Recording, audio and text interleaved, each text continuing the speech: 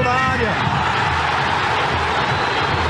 Isso talvez não seja a melhor solução. Outro cruzamento, lá dentro, cabeçada do Leonardo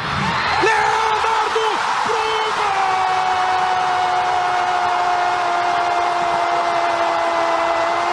Leonardo Silva! Todo mundo acreditou! O Galo acreditou! Gol do Atlético!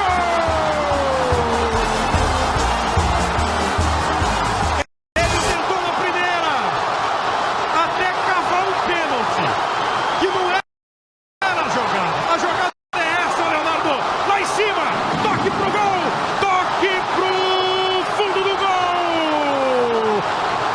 Leonardo Silva, o cara é grande, o cara vai pra área, ele tem estrela, ele faz o gol da prorrogação.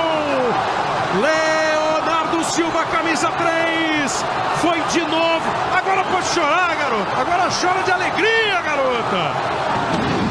Lá no fim do jogo, o Atlético de novo foi buscar, acreditou, faz 2-0, garante no mínimo a prorrogação aqui no Mineirão, segurando a onda, evidentemente. Tá aí, portanto, narração sensacional do Kleber Machado no segundo gol da decisão da Copa Libertadores de 2013. Por que estamos gravando esse vídeo aqui? Porque no último domingo a Globo de Minas Gerais transmitiu a reprise da final da Copa Libertadores da América de 2013 entre Atlético e Olímpia. E esse gol do Leonardo Silva levou o jogo à prorrogação, consequentemente aos pênaltis, e daí a esta foto que vocês estão vendo neste exato momento. E houve registro, sim, de foguetórios em alguns locais de Belo Horizonte, também de gritarias nas bancadas, nas varandas, janelas, nesse período de quarentena voluntária em que estamos passando, a falta do futebol, etc. Por que acontece isso? Por que teve esse fenômeno? Por que o torcedor do Atlético é tão empolgado assim com esse título? A resposta dessa pergunta é uma resposta muito mais elaborada do que muitos pensam. Tem um contexto todo por trás disso, tem um contexto do fato histórico, da história, o que aconteceu em outras Libertadores, tem um contexto de jejum, tem um contexto de campanha, o que foi passado nessa campanha, um contexto de outro renome, um time sensacional, sim. Então, juntando todos esses fatores, tornam esse um título, não um mero título de Libertadores qualquer, de qualquer outro clube. Ele está um degrau acima na história do futebol mineiro, isso sem dúvida. Obviamente não desmerecendo os outros títulos das outras equipes brasileiras em Libertadores, mas há títulos e títulos, há títulos que não são tão comemorados ou menos extravasados, outros títulos que você vê uma importância maior, pelo contexto de diferentes fatos que envolvem. Então vamos lá, esse título foi realmente um desses que está na história do futebol brasileiro na Copa Libertadores, mas por quê? Primeiramente, vou voltar no fato histórico, O Atlético não ganhava um campeonato de expressão nacional desde 1971, onde ganhou o primeiro campeonato brasileiro unificado, já assim se chamando, porque antes tivemos outros campeonatos nacionais anteriores, não sendo um campeonato brasileiro pelo nome, Então, o Campeonato Brasileiro oficialmente começou em 1971. Depois, obviamente, aí eu concordo com o reconhecimento de títulos brasileiros anteriores, mas isso pode ser para outro vídeo, essa discussão. Então, o Atlético vinha um jejum incrível de expressão, de ganhar um título de expressão nacional, que era mais de 40 anos, que foi em 1971, o último título do Campeonato Brasileiro. Inclusive, ano que vem fará 50 anos que o Atlético não ganha um Campeonato Brasileiro, o título de campeão brasileiro. Mas em 2003 havia esse jejum imenso. Obviamente, no decorrer desse período, entre esses dois períodos, houve inúmeros títulos do Atlético, em títulos estaduais, que não tinham tanto respaldo nacional, porque título estadual é mais importante localmente, mas teve vários títulos estaduais. E também alguns títulos da Conmebol, 2 títulos da Conmebol, 2 bicampeonatos. além do clube ter batido na trave milhões de vezes no Campeonato Brasileiro, né? Foi vice em 77 para o São Paulo, perdendo nos pênaltis no Mineirão após o jogo ficar 0-0. Detalhe interessante que o Atlético, em 1977, na classificação de pontuação ao final do campeonato, terminou 10 pontos à frente do segundo colocado, que na verdade foi o campeão, que foi o São Paulo, mas o regulamento era mata-mata naquela época. Bateu na trave também em 1999, sendo vice-campeão do Corinthians. Bateu na trave de novo em 2012, sendo vice-campeão do Fluminense. E depois, esse vice-campeonato levou o Atlético à fase de grupos da Libertadores e, posteriormente, no ano subsequente, ao título de campeão da América. Além de também ter tido derrotas em semifinais para times de menor expressão do Campeonato Brasileiro, como, se eu não me falha a memória, 86 para o Guarani na semifinal, também na semifinal de 96 para a Portuguesa e na semifinal de 2001 para o São Caetano. Então é um time que sempre teve esse estigma, que não ganhava nada há muito tempo, um time azarado, um time que sempre chegava, batia na trave e não conseguia o êxito esportivo, né? Mas era sempre um time que estava lá atrás e sempre batia na trave. Um time com uma enorme torcida, né? E que estava seco de jejum há muito tempo. Esse é um dos fatores desse título ter sido comemorado e muito. Outro fator também, que aí a gente já pega mais na Copa Libertadores especificamente, é que o torcedor do Atlético até hoje não engoliu o jogo de desempate no Serra Dourada em 1981. Aquele jogo, o Atlético e o Flamengo tinham acabado, se eu não me engano, com 8 pontos, ambos na fase de grupos. Como só um por grupo classificaria, tinha que ter um jogo de desempate. Foi acordado do jogo ser realizado no estádio do Serra Dourada, em Goiânia. Mais de 70 mil pessoas, o árbitro também foi um acordo entre as duas equipes. O árbitro foi José Roberto Wright. Depois a gente até pode fazer um vídeo melhor explicando desse jogo. Mas um jogo polêmico, por quê? Porque o árbitro carioca José Roberto Wright expulsou 5 jogadores do Atlético e assim, como você não pode jogar com menos de 7 jogadores, o jogo teve que acabar decretando a vitória por WO a favor da equipe do Flamengo. O Flamengo passou para a próxima fase da Copa Libertadores e se sagrou campeão contra o Cobreloa em 1981, depois campeão mundial, etc.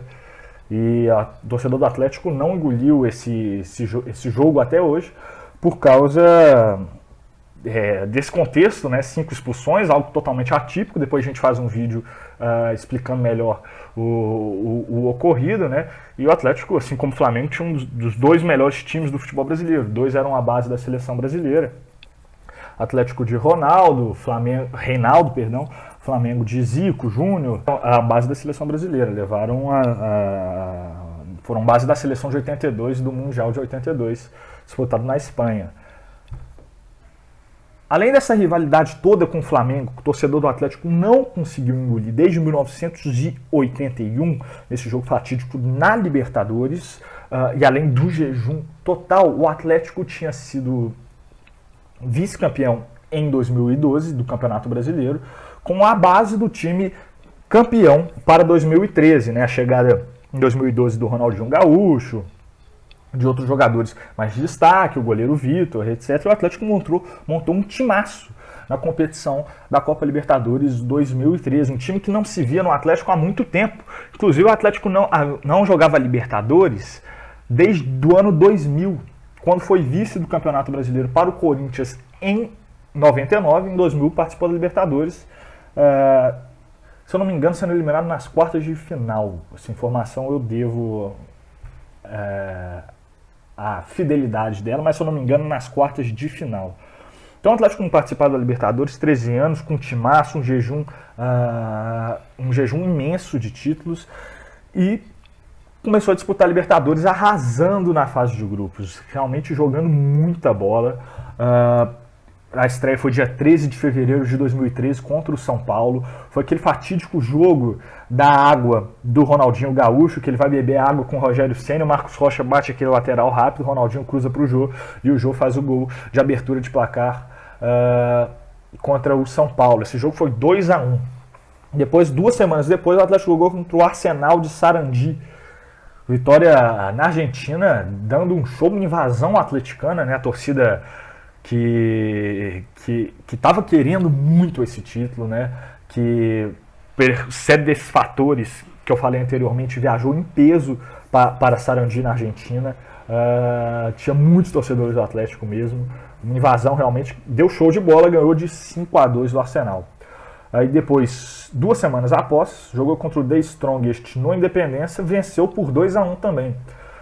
Aí a Libertadores naquela época era espelhada, né? Era espelhada. Aí o jogo de volta foi em La Paz contra o The Strongest, 2-1 para o Atlético, jogando com aquele uniforme branco, né? Na altitude de mais 3.600 metros de La Paz. Depois que recebeu o Arsenal de Sarandí aqui de novo, aplicou mais um sonoro 5-2, com aquele golaço do Ronaldinho Gaúcho de cavadinha, escorando no ângulo do goleiro do Arsenal. E depois o último jogo, que aí houve uma derrota após 5 vitórias para o São Paulo por 2-0 no Morumbi, classificando assim o São Paulo em segundo lugar contra o Atlético em primeiro. Detalhe interessante que o Atlético fez a melhor campanha geral da Copa Libertadores da América na primeira fase. Então, em todos os confrontos no mata-mata iria decidir em casa, inclusive a final. O São Paulo foi a pior campanha dos classificados. Então, nas oitavas de final, o Atlético foi o primeiro, enfrentou o 16º São Paulo nas oitavas de final. Jogo de ida no Morumbi, um jogaço. São Paulo 1-2 para o Atlético. E no jogo de volta, o Atlético voltou a destroçar na Libertadores, ganhando de 4-1 do São Paulo no dia 9 de maio. As quartas de final foram 2 semanas depois, contra o Tijuana, 2-2 no México, o que asseguraria um empate em 1-1, daria a vitória e a passagem de fase para o Atlético, né? Estava 1-1 o jogo até os 46 minutos do segundo tempo, até que o Leonardo Silva não vê o jogador do Tijuana adiantando na sua frente. Leonardo Silva tenta tirar a bola, mas acerta o jogador do Tijuana. Pênalti aos 46, pênalti aquele que o Vitor espalma a defesa histórica com o pé esquerdo, isola para a lateral, que eu até me recordo, havia em alguns veículos de comunicação disseram que o árbitro tinha mandado voltar. Acho que era o desespero tomando conta dos repórteres, acharam que ia voltar mesmo por causa de um sinal, mas não. Seguindo o arremesso lateral do lado esquerdo, o Atlético conseguiu passar com essa defesa do Vitor aos 48 minutos do segundo tempo. Semifinal, depois da parada da Copa das Confederações contra o Newell's Old Boys. Jogo de ida em Rosário, 2 para o Newell's, 0 para o Atlético. Jogo de volta no estádio Independência, o Atlético faz 1-0 logo no início do jogo, se eu não me engano, com o Bernard, num passe sensacional do Ronaldinho, se eu não me engano. E depois, no apagar das luzes, literalmente, né, quando a partida estava 1-0, faltando poucos minutos para acabar, já havíamos mais de 30 ou 40 minutos do segundo tempo, no apagar das luzes, após o apagar das luzes, digamos assim, né? Há um rumor que o presidente Alexandre Calil pediu para desligar as luzes do Independência para o Cuca dar ajeitada no time, e de fato, a luz apagou, o time voltou completamente diferente. Agora a gente não tem fatos para afirmar que foi uma ordem de terceiros. Fato é que isso ajudou bastante o Atlético. O Guilherme fez no final do jogo, jogo que foi para os pênaltis, o Atlético classificou para a final da Libertadores de 2013. Na final, o primeiro jogo no Paraguai, 17 de julho, vitória do Olímpia por 2-0. Sendo que o último gol o segundo gol do Olímpia foi no final da partida, já foi mais ou menos na marca dos 45 minutos, já estava no final, um gol de falta. O Alexandro, segundo diz o Cuca e o próprio Alexandre em entrevistas posteriores, o Alexandre entendeu errado uma orientação do Cuca e achou que era para defender o ângulo do Vitor. Ele foi até a linha de meta, atrapalhou o Vitor de fazer a defesa e foi o gol do Olímpia. Aí, uma semana depois, o jogo de volta no Mineirão, aí sim foi o jogo reprisado domingo passado. O Atlético faz 2-0 contra o Olímpia num gol de Jô, logo no início do segundo tempo, logo no primeiro minuto, e depois, 40 minutos depois, o Atlético na pressão, tentando cavar pênalti, um atrás do outro, pressão total. E após uma escorregada do Tanque Ferreira, no qual ele driblou o Vitor, livre para o gol para chutar, ele escorregou. Rumores dizem, né, e já uma coisa mais sobrenatural, né, que o pai do ex-presidente do Atlético hoje, prefeito de Belo Horizonte, Alexandre Calil, saiu do túmulo e puxou o pé do Tanque Ferreira para escorregar e não ser gol. Elias Calil, pai do prefeito Alexandre Calil, foi presidente do Atlético na década de 80. E após isso, Leonardo Silva empatou com aquele gol que a gente mostrou no início, e o jogo foi para a prorrogação. Na prorrogação, algumas bolas na trave, depois nem tanta emoção assim. Penalidades máximas, o Vitor garantiu uma defesa, a outra bola na trave do Jimenez, e o Atlético campeão da Libertadores de 2013. Esse foi o jogo reprisado pela Globo, domingo passado. Além dessa campanha sensacional que o atleticano achou, não vai dar, e em momentos, quando houve o pênalti, nas viradas que teve que fazer contra o Newell's Old Boys e nas viradas contra o Olímpia, aí o torcedor parou para pensar, não vai dar. Não é possível que vai bater na trave de novo com um time desse.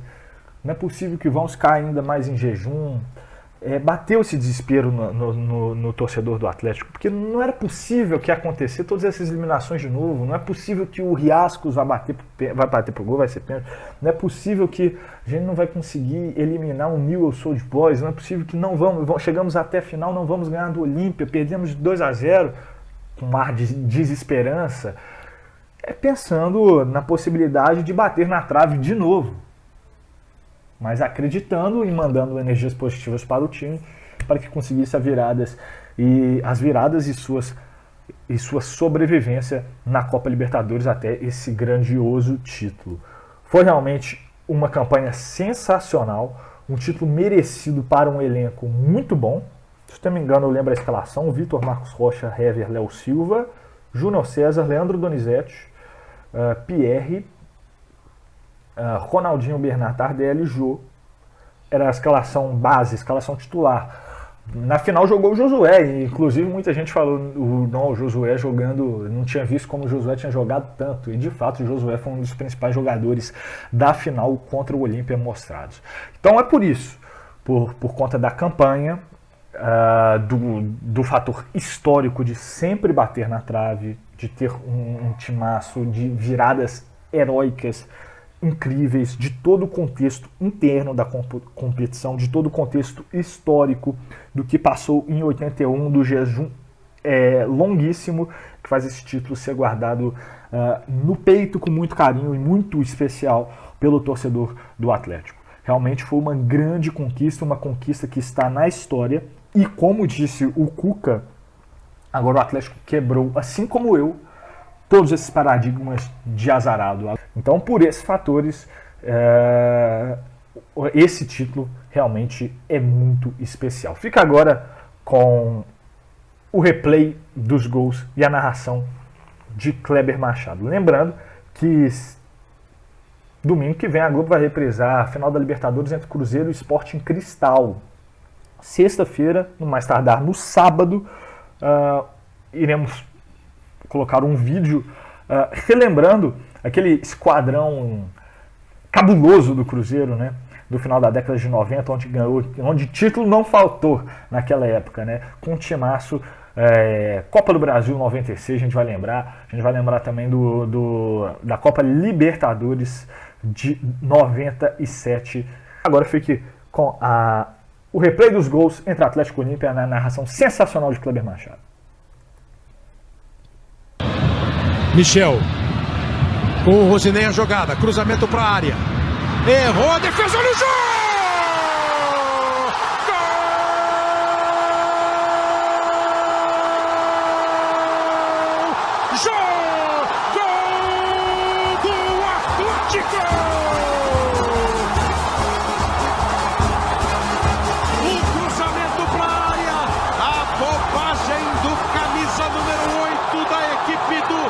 Olímpia, o Pitoni, o jogo tá ali pra isso, sobrou, bateu, bola pro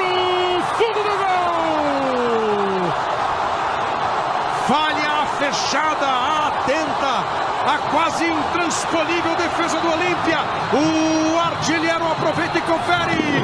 Jô, camisa 7 gols, passa a ser o artilheiro isolado da Libertadores. Abre o placar, 1 minuto de jogo, estamos chegando para dentro da área. Isso talvez não seja a melhor solução. Outro cruzamento, lá dentro, cabeçada do Leonardo pro gol!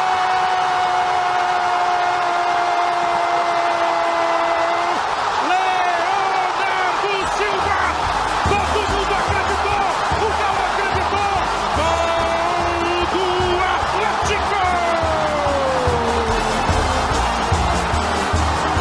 Ele tentou na primeira, até cavar um pênalti, que não era a jogada. A jogada é essa, Leonardo, lá em cima, toque pro gol, toque pro fundo do gol. Leonardo Silva, o cara é grande, o cara vai pra área, ele tem estrela, ele faz o gol da prorrogação.